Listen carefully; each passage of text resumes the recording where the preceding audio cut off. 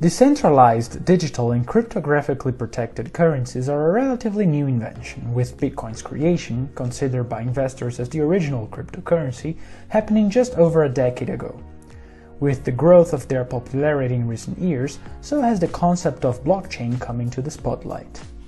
Before we continue to explain the different types of networks, let's begin with the basics.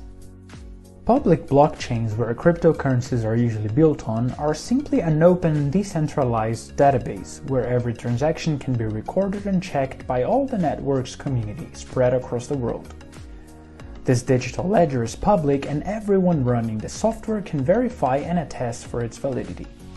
With that in mind, different blockchains can be built to serve different purposes.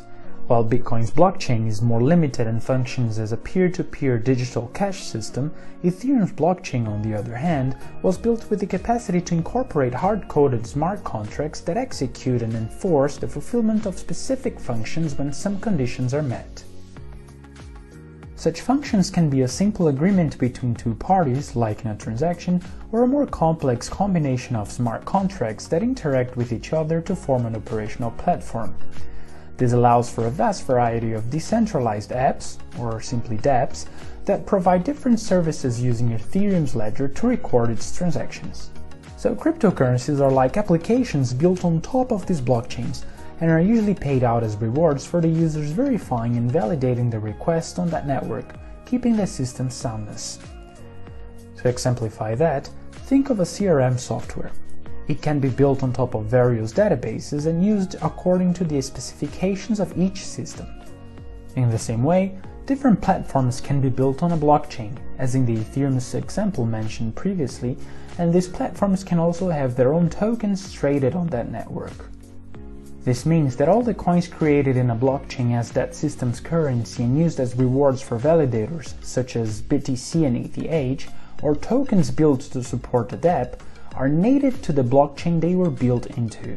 To differentiate these native coins and tokens from different networks, there are a few technical terms used in the market. ERC20, for example, is the standard name used for tokens created on the Ethereum blockchain, and can therefore be easily traded and used within that space. Binance has also created their own blockchains.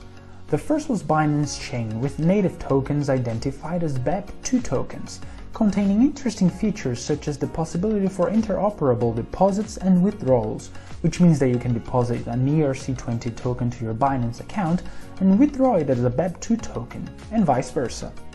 Later on, Binance also launched the Binance Smart Chain Network, or BSC for short. The idea behind this parallel blockchain was to enable smart contracts to be compatible with the Ethereum network. This ETH-compatible chain was designed to give users more options such as faster block times, cheaper transaction costs, and more. Understanding which network your coins and tokens are native to is important for many more reasons. Sending your crypto to an address from an incompatible blockchain will stop the transaction from happening, or you might even risk losing your funds altogether. While such cross-chain swaps are more complicated to make and demand the execution of more steps, you can still invest in a token from a different chain. Instead of trading directly on ERC20 tokens, for example, you can buy and sell BEP20 pegged tokens, which have their price tied to the native ERC20 counterpart, so you can still be exposed to the price fluctuations of an ETH native token while profiting from the benefits and functions already mentioned provided by BSC. But why is it then important to know my token's native chain if I can find official counterparts on another network? As stated previously, different blockchains are built for different purposes and with distinct capabilities, so although a BEP2 token might have a seemingly identical counterpart on Binance Smart Chain, BEP20, they will have different functionalities. Let's take cake as an example. Having a BEP2 cake will expose you to the token's price, but it cannot be staked on PancakeSwap, as only the BEP20 cake is compatible with this ETH-based DeFi application. So if you want to use specific features from a particular blockchain, you have to ensure that you have a compatible native token. The blockchain technology is promising, and despite being recent, already has the potential to enable incredibly interesting projects. When it comes to cryptocurrency, Binance offers with Binance Chain and BSC a rich and growing digital asset ecosystem powered by Binance DEX, the leading decentralized exchange. And understanding the different networks gives users the opportunity to be exposed to these amazing assets.